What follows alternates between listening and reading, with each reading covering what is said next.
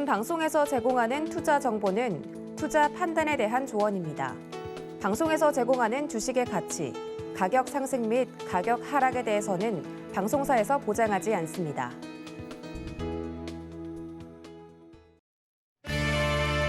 여러분 안녕하십니까? 마감임박 60분의 승부 최슬기입니다.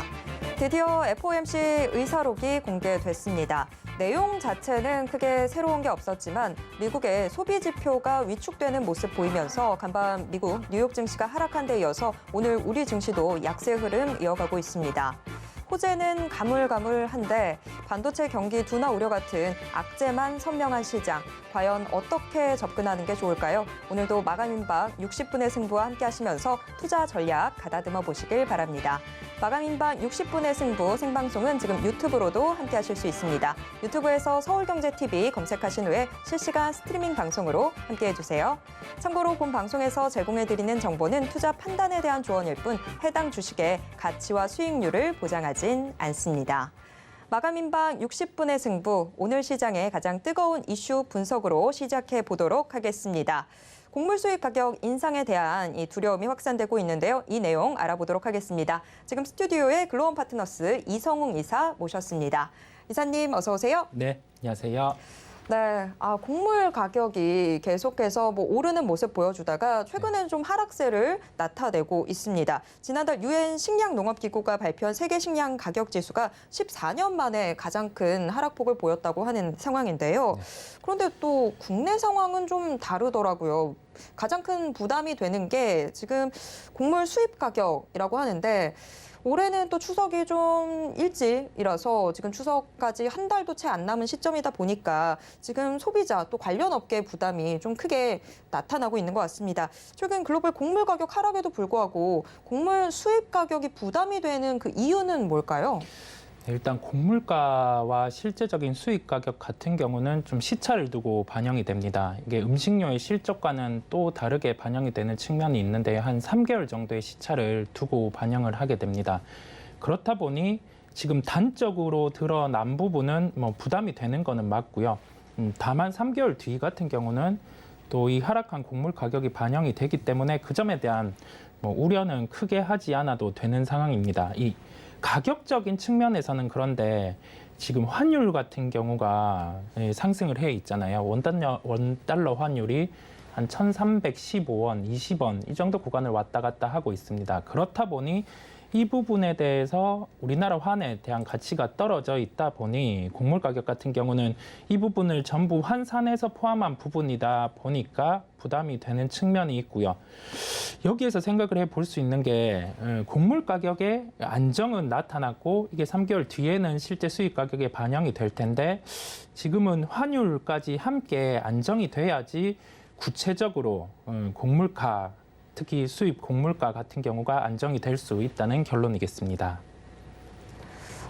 좀 아쉽네요. 좀 오를 때는 굉장히 체감적으로도 그런 부분들이 느껴졌는데 이게 실제 하락된 게 우리가 체감하는 데까지 걸리는데 또 3개월, 6개월 정도 걸린다고 하는 부분, 네, 알겠습니다. 그런데 지금 관련 업계는 국내 곡물 수입 가격이 지난 2분기 대비해서 10% 이상 오를 거다, 이런 전망 내놓고 있는 상황인데요. 식품업계는 특성상 이 원재료비가 차지하는 비율이 절반 이상을 차지하는 구조를 갖고 있는데 그러면 관련 업계 3분기 좀 힘들지 않을까라는 생각이 드는데 어떻게 보시나요?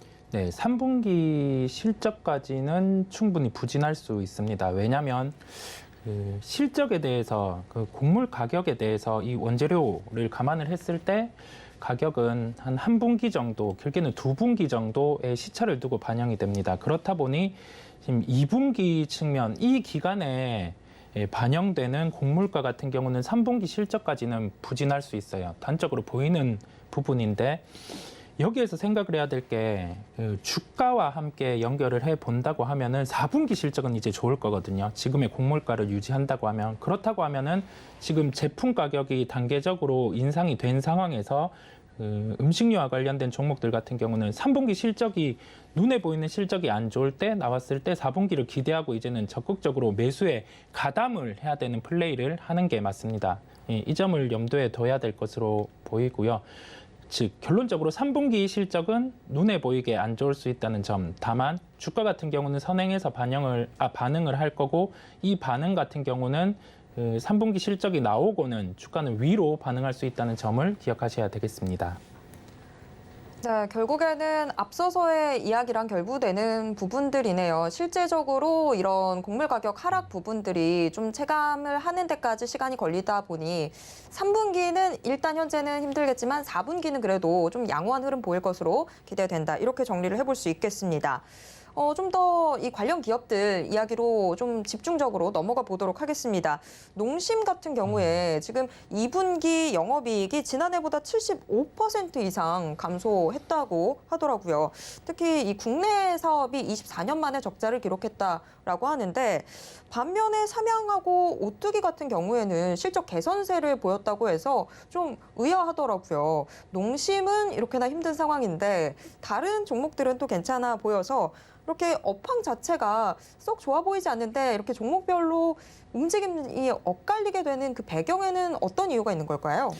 네, 구체적으로 농심의 사업 같은 경우와 그 삼양식품의 사업을 비교한다고 하면은 수출의 비중의 차이가 있어요. 네, 삼양식품 같은 경우는 수출에 대한 포지션이 시장 점유율에서 늘어나는 부분이 있다 보니까 이와 같은 영향이 있는 거겠고요. 다만 농심도 수출은 하지만은 그 시장의 파이의 확대 측면에서 삼양식품과는 조금 다른 면이 있습니다. 그렇다 보니 일단은 이와 같은 실적 영향이 있겠고요. 구체적으로 국내 같은 경우는 단적으로 원재료 가격에 대한 부담을 받게 됩니다. 즉 수입에 따라서 그 부분에 대한 원재료 가격이 상승해 있는 상황에서 제품 가격과 연동을 했을 때 구조가 농심이 조금 불리한 구조예요. 그렇다 보니 실적에 좀 부진한 영향을 미치게 됐고요.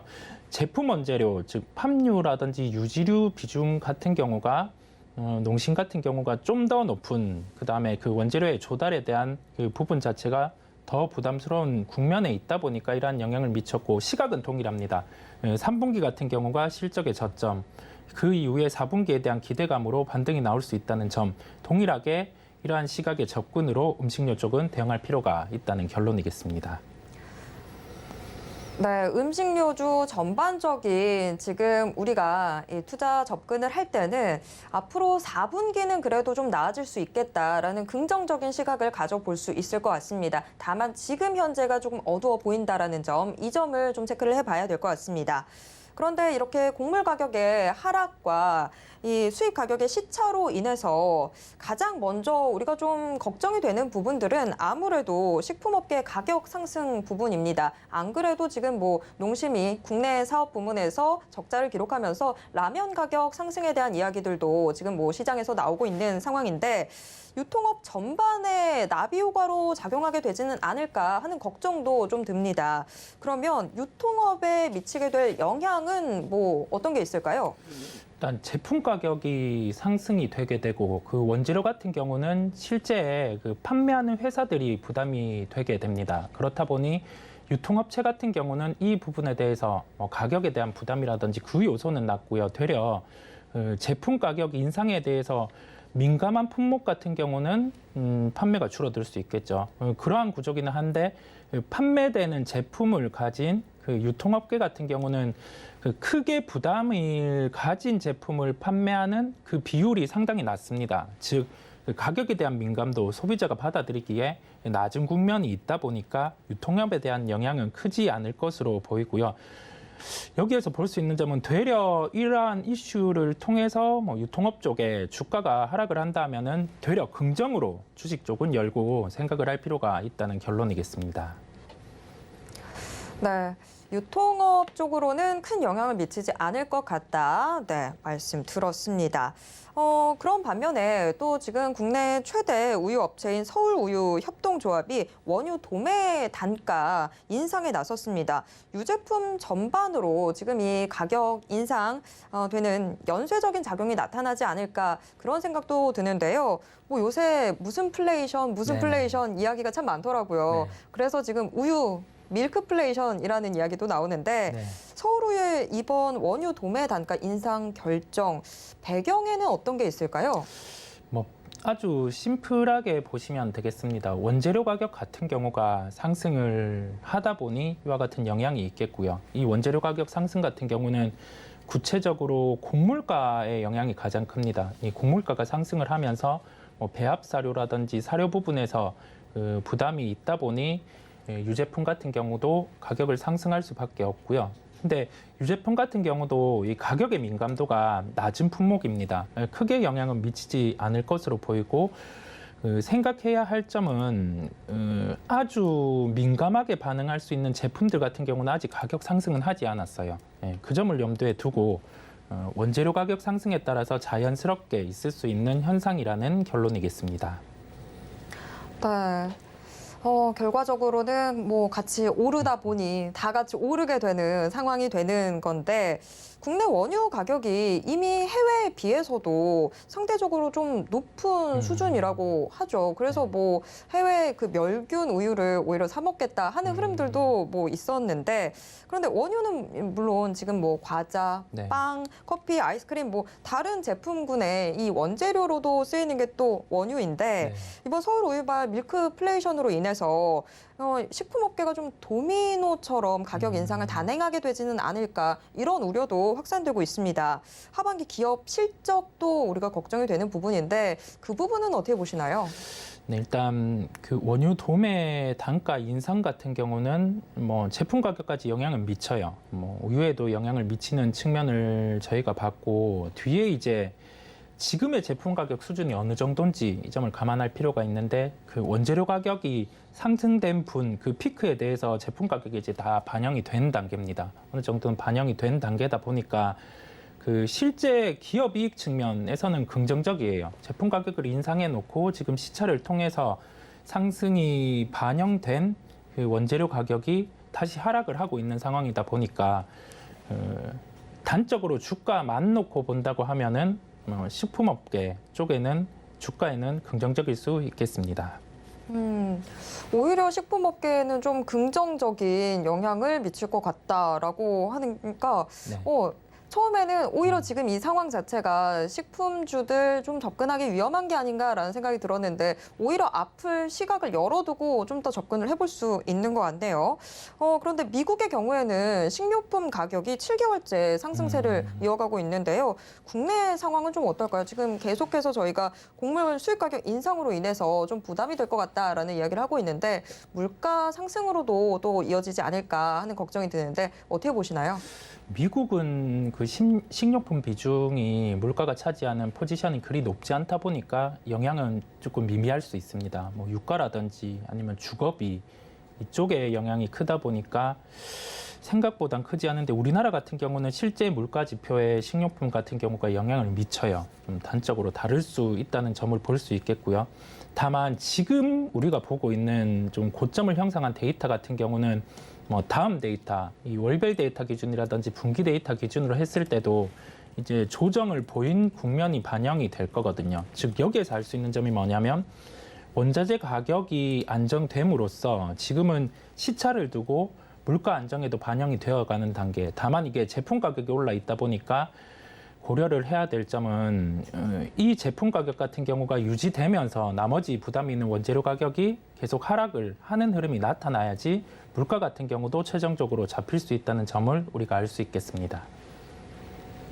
네, 그래도 상당히 좀 다행인 부분인 것 같습니다. 저희가 계속해서 뭐 물가에 대한 이야기들, 그런 걱정들을 좀 하게 되는 상황이었는데, 그럼 좀 더 시각을 크게 넓혀서 봤을 때 지금 뭐 경기 민감주라든지 이런 쪽으로 투자를 하는 것도 괜찮은 대안이 될까요? 네, 맞습니다. 그러한 접근이 아주 좋은 아이디어예요. 경기 같은 경우가 민감한 종목이라든지 업종 같은 경우는 지금 주가의 변동성이 커져 있어요. 특히 민감하게 주가를 타는 뭐 화학업종, 그러한 업종 같은 경우는 경기에 대한 부분, 전방에 대해서 환경이 가장 큰 영향을 미치는데 이미 유가는 좀 하락을 해 있거든요. 가격적으로 지금 빠져 있는 상황에서 이런 경기 부양책이 중국 중심으로 국경제 쪽으로 나타난다고 하면은 일반적으로 주가가 하락해 있는 화학주 같은 경우도 이제 관심을 가져야 되는 구간입니다. 다만 반대급부로 생각을 해 볼 수 있겠죠.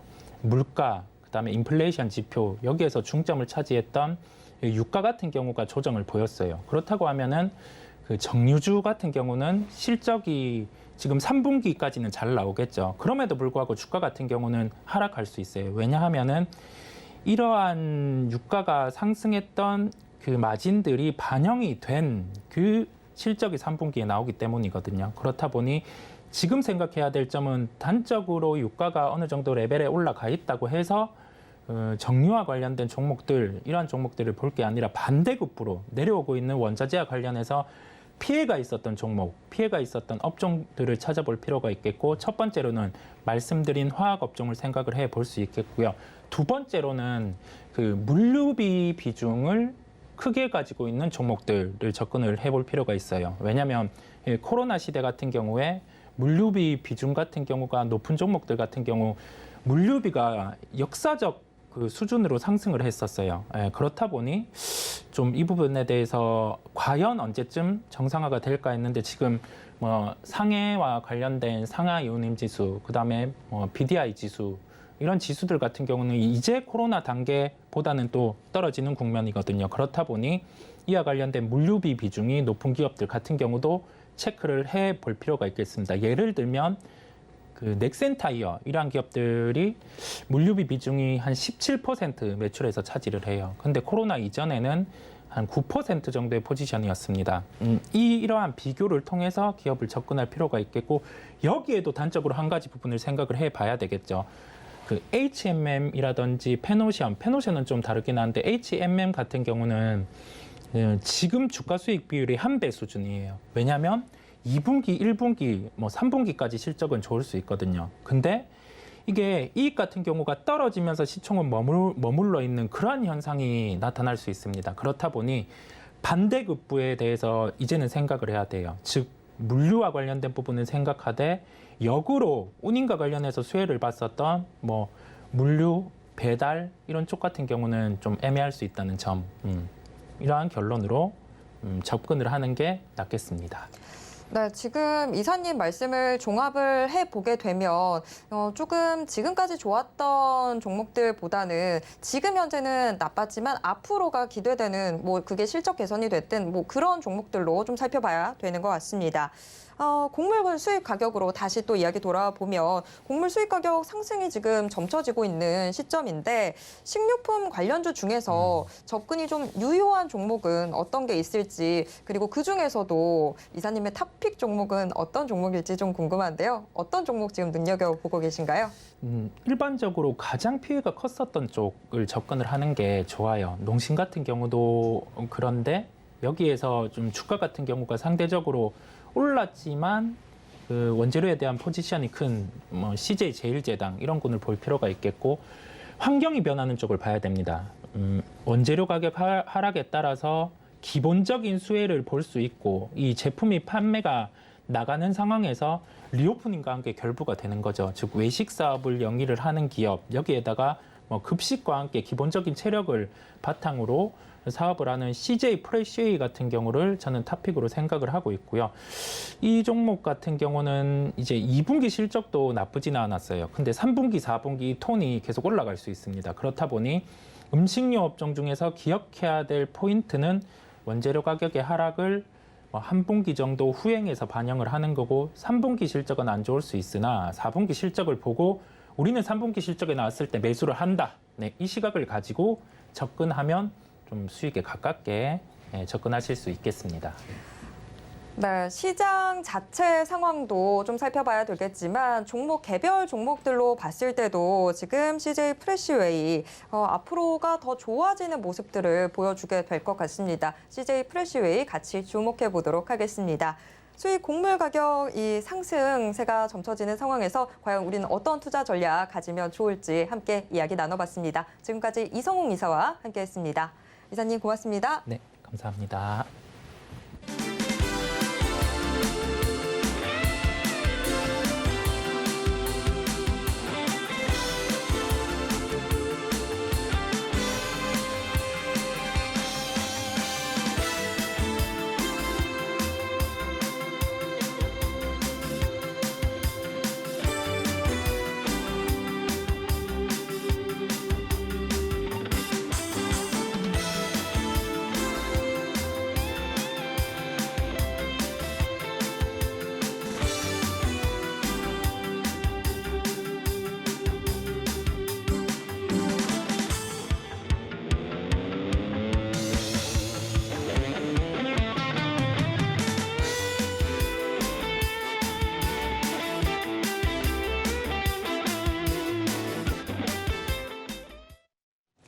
네, 오늘 장 마감까지 얼마 남지 않은 이 시간, 오늘 시장을 움직인 주요 키워드 그리고 특징주에는 어떤 것들이 있는지 함께 확인해 보도록 하겠습니다.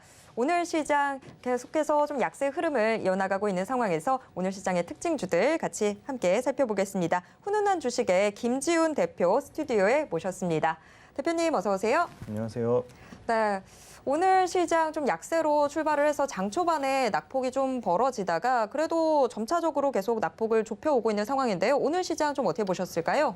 일단 외국인의 매수 기조는 좀 지속이 되는 것 같은데 기관이 계속 팔고 있습니다. 오늘 장 같은 경우도 기관이 3천억 넘게 팔았거든요. 지금 코스피, 코스닥 모두 지금 팔고 있어서 하락장 속 반등은 지속되고 있지만 무차별적 반등 속에 지금 실적 기반으로 그리고 업종별로 종목별로 계속적으로 차별화되고 있다. 근데 이 순환매 업종별 순환매가 그 연속성이 그렇게 길진 않고 좀 상당 부분 이제 빠르게 순환매가 이루어지는 것으로 보고 있습니다.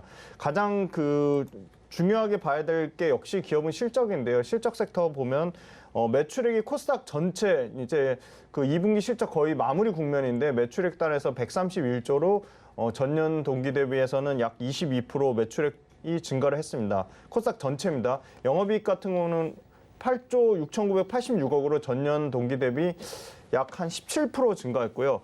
다만 영업이익률 자체는 역시 비용 부담, 그다음에 여러 가지 물류 이슈라든지 그런 부분에 따라서 0.31% 감소한 영업이익률을 6.64%로 기록했습니다. 코스피 같은 경우는 매출액 단에서는 지금 한 25% 증가한 1,361조 8,708억을 기록했고요. 영업이익 같은 경우도 역시 17% 증가한 107조 3,084억을 기록했습니다. 코스피 역시도 영업이익률이 0.57% 감소한 7.88%로 기록했는데요. 코스피, 코스닥 모두 상반기 자체로는 역대 최대 수준으로 좋은 시장의 우려와는 달리 2분기 상당히 호실적으로 보여줬지만 하반기에 여전히 그 비용 부담, 그다음에 전체적으로 글로벌 경기에 따른 수요도나 우려로 3분기하고 4분기는 실적 하강을 예상을 하고 있습니다. 네, 오늘 시장 한마디 먼저 들어봤습니다. 오늘 시장을 움직인 주요 키워드에는 어떤 것들이 있었는지 화면을 통해서 확인해 보도록 하겠습니다. 키워드 식센스 6개의 키워드 확인해 보도록 하겠습니다. 네, 미국의 인플레이션 감축 법안으로 인해서 지금 피해가 예상되고 있는 현대차 그룹 오늘의 키워드로 올라와 있습니다. 현대차 역시 오늘도 하락세에 이어가고 있는 상황입니다. 엔터주도 오늘의 키워드로 올라와 있습니다. 올 여름 이 걸그룹 대전이 펼쳐질 것으로 예상되는 가운데 지금 현재 YG, SM, JYP 비롯한 엔터주들 키워드로 선정돼 있습니다. 서울옥션 신세계 인수 임박 소식 지금 전해져 있고요. 서울시 양육 지원 소식 오늘 장 초반부터 전해지면서 현재 유아 관련주들 시장에 주목받고 있습니다. 서울시가 5년간 15조를 투자하겠다는 계획을 발표했습니다. 조선주도 오늘의 키워드로 올라와 있는데요. 공급 부족과 선가 상승 등의 이슈 전해지고 있습니다. LX세미콘 코스피 이전 상장 소식 전해지고 있습니다. 그럼 오늘 시장의 특징주들 확인해 보도록 하겠습니다. 현대차, JYP 엔터테인먼트, 서울옥션을 비롯해서 6개의 종목이 선정됐습니다. 그럼 좀 더 깊게 들어가 볼 세 종목 확인해 보겠습니다. JYP 엔터, 서울옥션, LX세미콘이 선정됐습니다.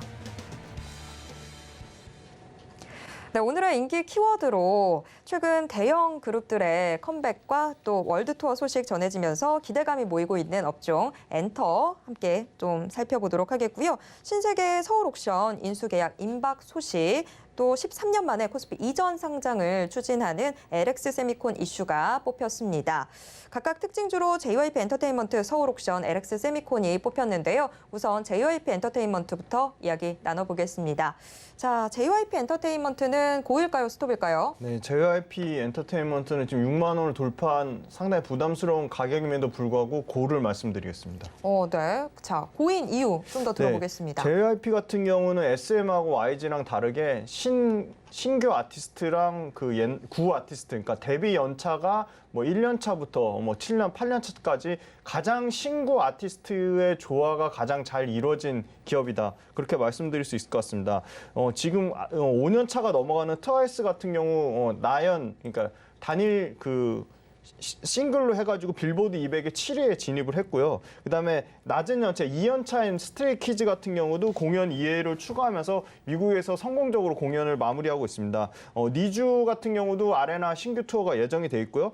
그다음에 있지 같은 경우는 97만 장을 판매하면서 상당히 낮은 연차에서 굉장히 빠르게 실적을 회복세를 보여주고 있습니다. 지금 음원의 한계를 리오프닝 공연이 필수적으로 보고 있는데 리오프닝 공연, 그러니까 오프라인 매출, 그러니까 콘서트 매출과 콘서트 관련된 굿즈, 기획상품 관련돼서 그 JYP 엔터가 가장 잘하고 있다고 보고 있습니다.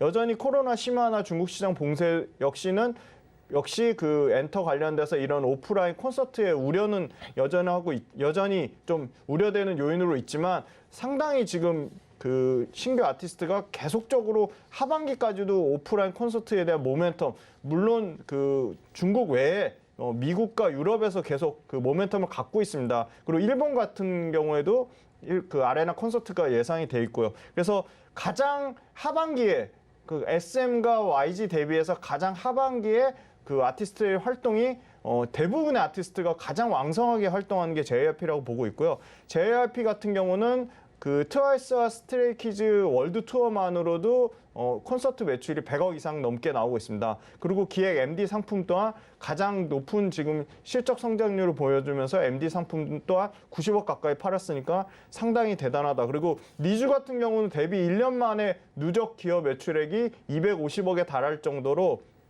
상당히 저연차 스트레이키즈라든지 니주, 있지 같은 이 신규 아티스트들의 활약이 상당히 두드러지고 있습니다. 그리고 지금 신규 아티스트, 그러니까 더 추가적인 또 모멘텀인데요. 2023년 상반기, 내년 상반기에 한국과 일본, 중국의 보이그룹을 런칭하고요. 그다음에 이제 하반기에는 미국 걸그룹이 데뷔 예정이 있어서 2023년 그리고 2024년까지 계속 아티스트에 대한 모멘텀을 계속 가지고 있는 상황이라 보고 있고요. JYP 또한 2분기에 실적이 상당히 잘 나왔는데요. 2분기에 지금 매출단에서는 지금 잠시만요. 네, 실적이 상당히 좋게 나오고 있는 그런 상황인데 구체적으로 어떻게 나왔는지 궁금하네요. 네네. 매출단에서는 67% 증가한 680억을 실적이 나왔고요. 이 매출 또한 컨센서스를 상회하는 수준이고요. 영업이익률 같은 경우는 153% 증가한 243억을 예상하고 있습니다. 그래서 연간으로도 매출과 이익에서 모두 30% 넘게 증가할 것으로 예상을 하고 있고요. 컨센서스를 상회하는 수준인데 이 부분 또한 역시 일부 콘서트하고로 앨범 판매가 주력을 이뤘다고 말씀드릴 수 있을 것 같습니다. 그래서 JYP 같은 경우는 조정이 나올 때마다 충분히 5% 10% 조정 나올 때마다 분할로 매수 접근 유효하다고 말씀드릴 수 있을 것 같습니다.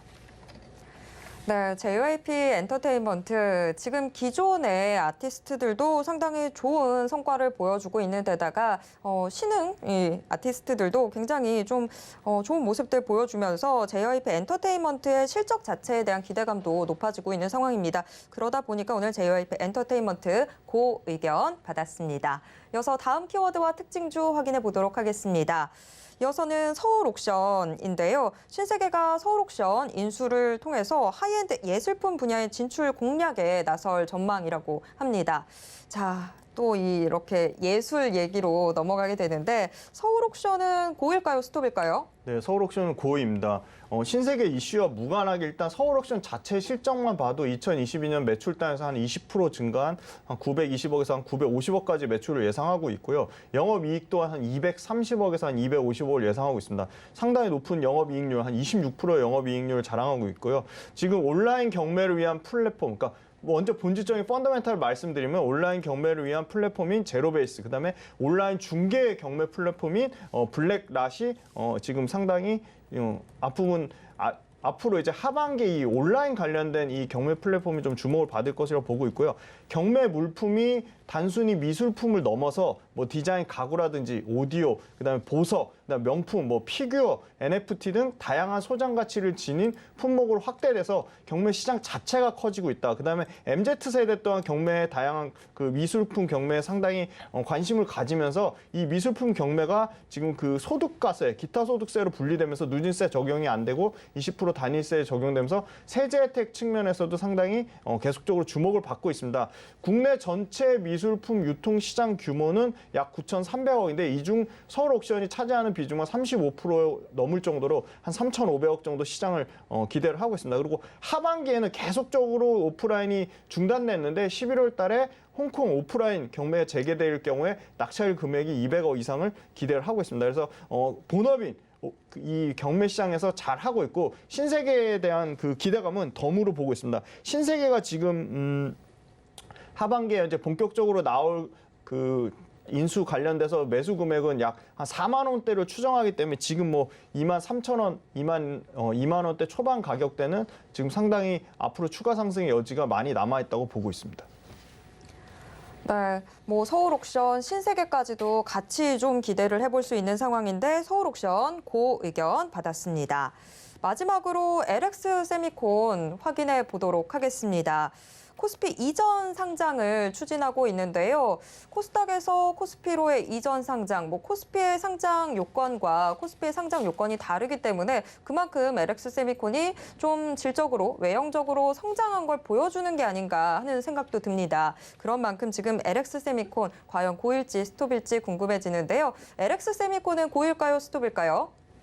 네, LX 세미콘은 고입니다. 일단 LX 세미콘의 본업인 이 글로벌 DDI, 그러니까 디스플레이 구동칩 시장 자체가 지금 연간 한 50% 이상 성장이 나오고 있고요. 반도체 전체 성장률이 20%로 감안하면 2배 넘게 성장이 나오고 있습니다. 그리고 LX 세미콘 자체는 LX 그룹에서 구본준 회장님이 가장 핵심 주력 계열사로 키우려고 하고 있습니다. 지금 그 위탁 생산하는 반도체 파운드리, 그러니까 파운드리 같은 경우 계속 가격을 인상하는데 파운드리 가격 인상의 효과를 이 DDI 구동칩도 보고 있습니다. 근데 다만 이 소위 말하는 이 휴대폰 쪽에 대한 출하 둔화 우려, 그다음에 이제 그 LCD TV 쪽에 상당 부분 부진이 있어서 LX 세미콘도 굉장히 주가가 상승 탄력이 높았다가 최근에 아주 부진했지만 지금 LX 세미콘이 하고 있는 이 LCD 패널 쪽보다는 OLED TV 비중이 상당히 높습니다. 고마진의 OLED TV 단에서 매출이 50% 가까이 나오기 때문에 지금 이미 OLED TV 같은 시장은 연평균 20% 넘는 성장이 나오고 있기 때문에 고마진의 OLED TV에서 상당히 잘하고 있다. 그리고 중국의 1등, 2등 패널 업체인 BOE랑 CSOT도 LCD TV보다는 OLED TV 쪽에서 상당폭 그 매출 상승에 나오는 거를 LX 세미콘이 온전히 수혜를 받고 있다. 그리고 두 번째는 아까 말씀드린 LX 그룹 내에서 가장 핵심 계열사로 키운다는 점에서 상당히 주목받고 있고요. 그리고 LX 세미콘이 최근에 그 모바일 쪽에서도 그 POLED라고 해가지고 모바일용도 OLED 쪽 출하량이 대폭 증가하면서 이 부분에 대한 실적 모멘텀을 받을 것이라 보고 있어서 LX 세미콘도 연간 매출과 이익 단에서 20% 넘게 꾸준히 성장하고 이익률 또한 25%가 넘는 굉장히 실적이 우량하고 탄탄한 회사다. 거기다가 지금 말씀하신 예를 들어 코스피로 넘어갈 경우에 공매도에 이제 추가적으로 하는 공매도에 대한 제한이 걸리기 때문에 LX 세미콘의 수급 여건 또한 상당히 좋아질 것으로 예상하고 있습니다. 네, 코스피로의 이전 상장을 추진 중인 LX 세미콘 앞으로를 더 기대해 볼 수 있을 것 같습니다. LX 세미콘 고 의견 받았습니다.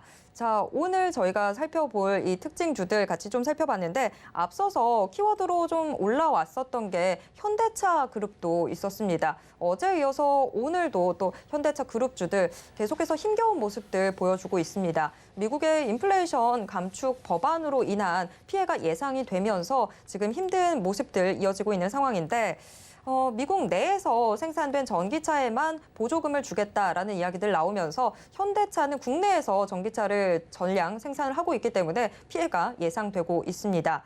그런데 그렇다고 하더라도 지금 좀 주가가 과민하게 반응하고 있는 것 아닌가 하는 생각도 드는데요. 대표님, 지금 현대차뿐만이 아니라 토요타, 포르쉐도 이번 이런 수혜에서 빠지게 됐습니다. 그런데 유독 현대차 주가가 좀 과민한 반응을 보인다라는 생각도 드는데 현대차 그룹주들 앞으로 좀 전망 어떻게 보시나요? 네, 이제 단기적으로는 상당히 이게 그러니까 비용 단에서 계산을 해봐야 되는데 북미에서 현대기아차가 최대 1,000만 원 보조금 지원이 끊기면서 이제 판매 전략에 비상에 걸렸다. 그래서 이 소위 말해서 미국서 조립된 그리고 북미산 부품이랑 광물을 써야지만 보조금을 지급받을 수 있는데 그게 해당하려면 조지아주에서 생산하는 현대차 물량을 이제 빨리 땡겨서 해야 되는데 조지아 그 관련된 현대차가 지금 예상 가능한 시기가 2025년 상반기거든요. 그러면 지금 2022년부터 지금 한 2년 넘게 공백 기간이 있는데 이 부분이 미국에서 지금 굉장히 지금 없어서 못 팔릴 정도로 아이오닉이 잘 팔리고 있는데 그 부분에 따른 제동이 걸린 건 맞는 것 같습니다. 그래서 이 소위 말한 아까 말씀드린 조지아 공장을 얼마나 빨리 벌크업하냐. 지금 아이오닉 5 외에도 코나나 지금 니로 그다음에 GV6까지 모두 지금 미국에서 상당히 잘 팔린 상황이기 때문에 제동이 걸린 건 맞는데 이 부분에 따라 지금 현대차가 어떻게 대응할지에 대한 건 아직 나온 게 없거든요. 그래서 단기적으로 주가가 빠지는 거에 대한 이슈는 있겠지만 현대차 자체가 그 조지아주에 그 연간 30만 대 이상의 전기차 공장 하는 거를 이렇게 갑자기 그러니까 인플레 감축법에 따라 급격하게 지금 단기적으로 타격을 받았기 때문에 빠르게 좀 후속 조치는 나올 것이라고 보고 있거든요. 그래서 상당히 프리미엄 라인 GV6, GV60이나 GV70 같은 경우는 한정적으로 좀 타격은 받겠지만 이 부분이 그러니까 현대차에서 얼마나 자체적으로 벌크업 하는 부분에 대해서 그 추가 대책이 나오지 않는 한 단기적으로 주가에 상당히 부분 부담이 될 것 같고요. 현대차가 지금 미국에서 전기차 판매량 증가하는 거에 대해서 중장기적인 성장 목표에는 큰 영향은 없을 거라고 그렇게 예상을 하고 있습니다. 그러면 지금 뭐 어쨌거나 현대차도 잘 나가던 상황에서 지금 암초를 맞이하게 된 상황이고 단기적인 어떤 영향, 악영향은 뭐 부인할 수 없겠지만 네. 지금 현재 주가가 좀 빠지고 있습니다. 네. 지금 시점에서 접근을 해보는 건 어떨까요? 지금 시점에 잠시만 차트를 볼게요. 네, 현대차 오늘도 한 2%가량 빠지고 있는 상황인데 지금 현대차 18만 6천 원 선 기록을 하고 있습니다. 어제도 또 큰 폭의 하락세 보이면서 시장 전반을 끌어내린 모습들 나타났는데 지금 거래량은 또 크게 수반이 되고 있는 모습입니다. 지금 현대차를 어떤 식으로 접근을 해보면 좋을지 시청자 여러분들 궁금해하실 것 같아서 좀 여쭤봤는데요. 현대차 지금 시점에서의 접근 유효할까요? 네, 일단 전체적인 추세로는 이제 뭐 길게 봤을 때는 주봉이나 월봉상으로는 이 추세를 돌파하면서 지금 상승 추세에 있다가 이렇게 단기적인 이슈를 맞은 거거든요. 그래서 일봉상으로는 깨졌지만 주봉과 월봉의 상승 추세는 여전하다 보고 있고요. 지금 일봉상에서도 저점 대비로는 15% 정도밖에 오르지 못한 상황이거든요. 그래서 저 같은 경우는 여기서 만약에 추가적으로 한두 번 정도 더 조정이 나온다, 뭐 10% 안짝의 조정이 나온다, 그러면 신규 매수 관점에서는 좋은 진입 기회가 될 수도 있지 않을까, 그렇게 좀 조심스럽게 예측을 해보고요. 단기적으로 이 빠진 부분에 대해서는 아까 말씀드린 현대차의 추가 후속 조치가 나옴에 따라 빠르게 다시 벌크업 될 것으로 그렇게 예상하고 있습니다. 네, 현대차 그룹주들 지금 현재 좀 힘든 모습 보이고 있어서 같이 또 질문을 드려봤습니다. 이렇게 오늘 시장 인기 키워드와 특징주 모두 확인해봤습니다. 지금까지 훈훈한 주식 김지훈 대표와 함께했습니다. 대표님 고맙습니다. 감사합니다.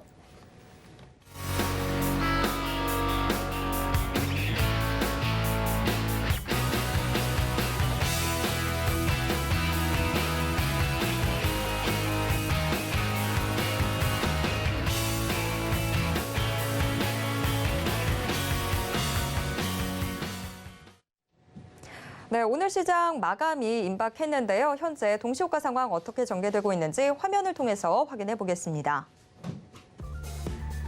오늘 코스피 0.04% 하락한 2,515선에서 장 마칠 것으로 예상되고 있습니다. 이어서 코스피 수급 확인해 보도록 하겠습니다.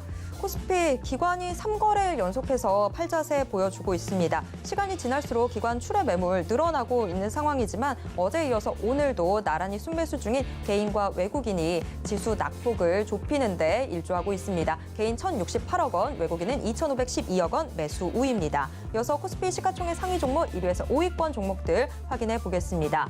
그래도 이 혼조세 속에서 상승이 다소 우세한 모습 보여주고 있습니다. 삼성전자가 연내 236단 낸드플래시 반도체를 양산할 계획이다. 뭐 이런 언론 보도 나왔는데요. 이 소식과 함께 오늘 2%대 오름세 가져가고 있습니다. 삼성바이오로직스도 강보합세 보이고 있습니다. 이어서 코스닥 시장 확인해 보도록 하겠습니다. 코스닥도 낙폭 많이 좁혔습니다. 0.08% 하락한 826선에서 장 마칠 것으로 예상되고 있습니다. 코스닥 수급입니다. 코스닥 시장에서는 개인만 매수세를 보이고 있습니다. 이어서 코스닥 시가총액 상위 종목 1위에서 5위권 종목들 확인해 보도록 하겠습니다. 혼조세 속에서 하락이 다소 우세한 모습입니다.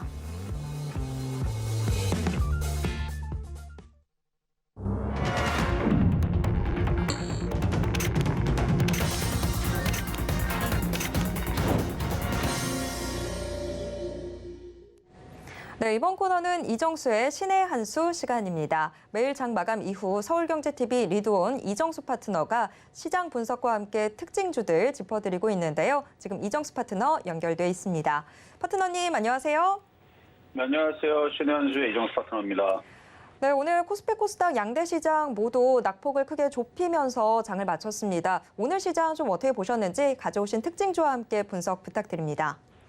네, 어제 시장이 조금 흔들렸죠. 일단은 아시아 증시가 다 올라가는데 우리나라 시장만 흔들리는 이상한 시장이다라고 어제 말씀을 드렸는데 그럼에도 시장 점수는 나쁘지 않다 그랬습니다. 자, 오늘 아침에서도 제가 실전 매매 정수 방송에서도 우리나라 시장이 흔들리는 것은 우리나라만 그런 거고 다른 나라들은 여전히 괜찮다.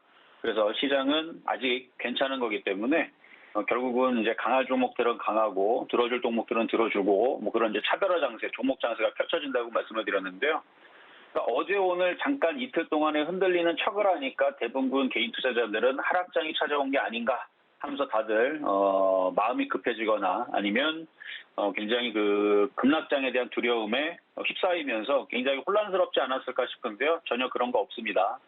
여전히 시장은 중기 상승장 속에 있는 거고요. 눌림목밖에 되지를 않아요. 뭐 거기에 보면은 이제 미국 시장 같은 경우도 별로 빠진 것도 없어요. 별로 빠질 생각도 없고 그리고 많이 올라갔기 때문에 좀 내려오면 어떻습니까? 미국 시장. 조금 내려와도 얘네들은 아무 일도 벌어지지 않습니다. 얘네들이 내려올 때 우리나라 시장이 얼마나 내려올 거냐 이제 요건데 우리나라 시장도 그렇게 많이 내려올 자리가 없어요. 그렇게 크게 많이 떨어질 자리는 거의 없습니다.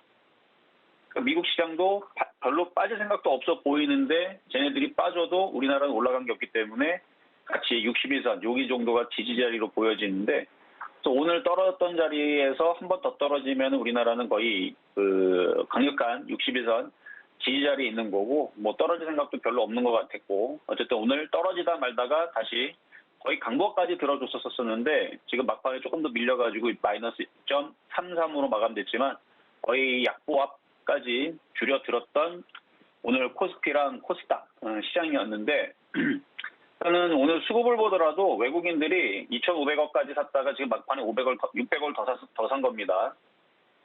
외국인들은 어제도 주식을 팔다가 샀고요. 오늘도 막판에서 샀고요. 그다음에 프로그램도 어제도 막판에 땡겨서 샀는데 오늘도 매수로 바뀐 것 같네요. 느낌이. 그렇죠? 코스닥도 매수로 바뀌었고요. 코스피도 매수입니다. 2,000억 매수가 됐는데 그러니까 계속 사요. 프로그램으로 계속 사고 외국인들도 계속 주식을 사고 있고 시장이 급락장으로 갈 거면 애들이 사지 않을 텐데 매수를 해준다는 얘기는 조정은 세지가 않고 여기서 이렇게 되다가 뭐 다시 이렇게 올라가려고 하는 모양으로 지금 눌림목입니다. 눌림목 시장이고요. 하락장으로 내려가기 위한 준비 작업이 아니에요. 근데 이제 종목들은 가는 것들만 가죠. 그래서 여러분들한테 계속 지금 시장의 강한 테마가 뭐냐? IT가 아니라 태양광과 풍력과 그리고 그쪽 많이 올라갔으니 최근에서는 태양광이 많이 올라갔으니까 좀 조정받으니까 조심하시고 그리고 조정받으면 걔네들이 또 올라갈 거다. 근데 그 가운데에서 만만한 쪽이 에너지 관련 쪽이 바로 원전 테마라 그랬죠. 오늘 원전 테마주들이 아주 폭등을 했습니다. 물론 원전 테마에서 조선 기자재로 엮여있는 애가 폭등을 했지만 어쨌든 기계주들, 조선 기자재, 그다음에 원자력 이쪽 테마주들이 지금 강세입니다. 오늘 하이로코리아, 성광밴드 아침에서 성광밴드 4%대, 5%대 있을 때에서 오늘은 이쪽이 강하다, 이쪽이 강하다, 하이로코리아도 강하다 했는데 뭐 계속 강해가지고 오늘 장중에 15%, 뭐 16% 아주 폭등을 하면서 움직였던 성광밴드고요. 그 외에서도 하이로코리아뿐만 아니라 오늘 방산주들도 강했습니다. 그래서 시장을 잘 보면 종목들이 지금 안 가고 있는 애들이 있어서 그렇지 가는 애들은 되게 잘 가요. 뭐 내일도 마찬가지고 강한 섹터에서 계속 움직일 가능성이 높습니다. 바로 태양광, 풍력 어느 정도 눌리면 걔네들이 또 가거나 아니면 오늘 움직였었던 저 원전 테마주들이 많이 올라갔다고 안 가는 게 아니고 쟤네들이 또 갈 가능성이 높아요. 그렇게 해서 차별화 장세를 이끌면서 쟤네들이 계속 강세를 보여주면 결국은 개인 투자자들이 갖고 있는 종목들을 손절을 하고 여기로 올라타겠죠. 그러면 그때가 얘네들이 빠지는 구간이고 그때에서는 또 다른 쪽으로 또 옮겨 탈 겁니다. 쟤네들은. 어쨌든 시장은 차별화 장세로 가는 애들은 여전히 강세를 보여주면서 가고 있는 그런 시장이고 뭐 중간에 뭐 여러 가지 이슈 어제는 그저께는 뭐 교육주에 대한 이슈가 있었다면 오늘은 그 저출산 관련주들에 대해서 뭐 이슈가 있어갖고 뭐 급등하는 아가방 컴퍼니 제로투세븐부터 해서 이쪽도 있었는데 어쨌든 뭐 시장은 나쁘지 않다라는 게 일단 저의 생각이고요. 수급도 나쁘지 않고 시장의 흐름도 나쁘지 않은데 개인들의 체감은 아마 최악으로 왜냐면 옆에 있는 종목은 잘 움직이는데 내 종목은 안 움직이는 그런 상황이 지금 너무 많이 지금 시간이 좀 오래된 것 같아요. 그런 상황들이 한 2개월 정도 진행이 되니까 이제 좀 지루해지는 그런 시장의 흐름이 딱 이렇게 정리하도록 하겠고요. 자, 그러면 종목 두 가지만 살펴보도록 하겠습니다. 자, 먼저는 현대로템, 방산주죠. 현대로템. 자, 이렇게 고점에서 잘 떨어지지도 않아요. 이제 궤도 차량 관련주. 최근에 이제 폴란드와 K2 전차 1000대 수출이 될 수 있다. 뭐 이런 얘기가 이제 나왔는데 일단 본계약이 지금 180대 정도가 다음 달 9월 초에 체결될 예정입니다. 그래서 그 소식 때문에 여전히 방산주가 강한데 방산주 얘만 강한 게 아니고 하나 에어로스페이스, LIG 넥스원, 한국항공우주 등등의 지금 방산주, 얘도 방산주에 포함이 되거든요. 캔코, 에어로스페이스, 얘도 이제 방산주에 속하는데 어쨌든 제노코도 마찬가지고 하나시스템도 마찬가지고 방산주들이 여전히 강하게 좀 떠 있는 상황입니다. 하나 같은 경우는 여러분들한테 표적 종목 드렸었던 종목인데 이거 종목 좀 돌파할 거라 그랬죠? 차별화 장세. 강한 종목이 계속 강하게 움직이기 때문에 이런 현상이 나오는 건데 시장도 강하고 시장이 강한 거지 개인들의 체감이 강하지는 않아요. 개인들의 체감은 거의 땅바닥에 지금 수준에 있고 체감이 안 좋아요. 어머니 따지게 되면은 개인들의 체감들은 하락장과 가깝고요. 시장의 강도와 종목들의 흐름들은 강한 애들은 무지하게 강합니다. 지금 보여드리는 것처럼. 그러면 이 강한 종목을 여기서 사야 되느냐? 그거는 아니고 갖고 있는 사람들이 계속 가져가는 게 맞고 조정받으면 이런 애들은 방산주들은 적극 매수할 필요는 있습니다. 앞으로 장기적으로 볼 때에서 반도체보다는 이쪽이 오히려 더 좋을 것 같아요. 그래서 삼성전자 같은 경우는 개인 투자자들이 다 던지지 않고서는 쉽게 가볍게 못 움직일 것 같은데 방산주들은 그에 비하면 상당히 엄청 가볍기 때문에 런데로템 같은 거 조정받으면은 사볼만 하죠. 자, 다음은 아가방 컴퍼니인데요. 이건 뭐 길게 얘기할 거 없이 최근에 무슨 뭐 고교 그런 이제 이슈가 있었을 때에서 뭐 메가임디라든지 지금 교육주들 올라갔다가 조금 흔들리잖아요. 이런 것처럼 이게 계속 치고 가기가 그렇게 쉽지가 않습니다. 지금 15조 얘기가 나온 건데 서울시에서 한 5년간 15조 규모로 이제 양육을 지원을 하겠다. 근데 중간에 이제 돈이 모자라거나 그러면 또 얘기가 또 달라질 수도 있는 거고, 이게 쉽지는 않을 거예요. 뭐 15조가 정말로 투입이 될 건지 그것도 다시 한 번 더, 국민 여론도 다시 한번 붙일 수도 있고, 어쨌든 그런 뉴스 때문에 급등이 나온 건데, 이거 급등 내일 또 다시 한 번 더 나올 수 있지만, 뉴스에 따라가시면 안 되고, 뭐 조정받을 때는 공략이 가능합니다. 그래서 조정받을 때 공략하시고 따라가지 마시는 게 더 안전하다. 이렇게 말씀을 드리면서, 자, 세 번째는 한전기술. 이거는 이제 표적 종목으로 8월 9일 날에 드렸던 종목인데요. 여전히 원전 테마줄이 강합니다. 수급도 좋아요. 그래서 지금 수익률은 9.1%로 올라와 있는데, 막판에 좀 더 올라왔네요. 어쨌든 거의 9.1%에서 거의 10% 가까이 좀 올라오려고 하는 건데 아마 8만 원 돌파 가능성도 충분해요. 왜냐하면 외국인들이 계속 사잖아요. 그러니까 이렇게 계속 움직이는 종목들, 강한 섹터들은 원전 테마주들은 계속 보유하셔도 될 것 같고요.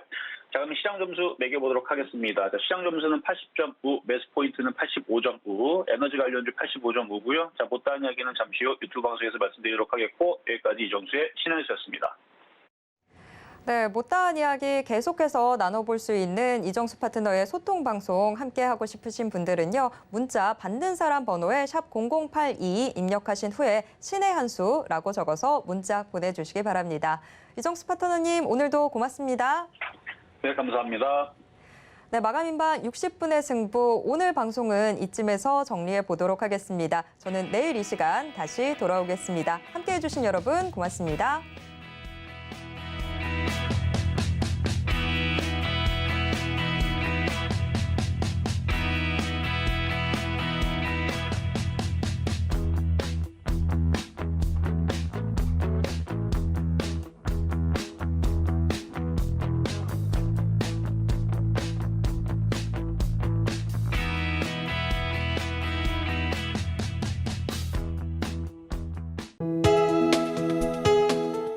본 방송에서 제공하는 투자 정보는 투자 판단에 대한 조언입니다. 방송에서 제공하는 주식의 가치, 가격 상승 및 가격 하락에 대해서는 방송사에서 보장하지 않습니다.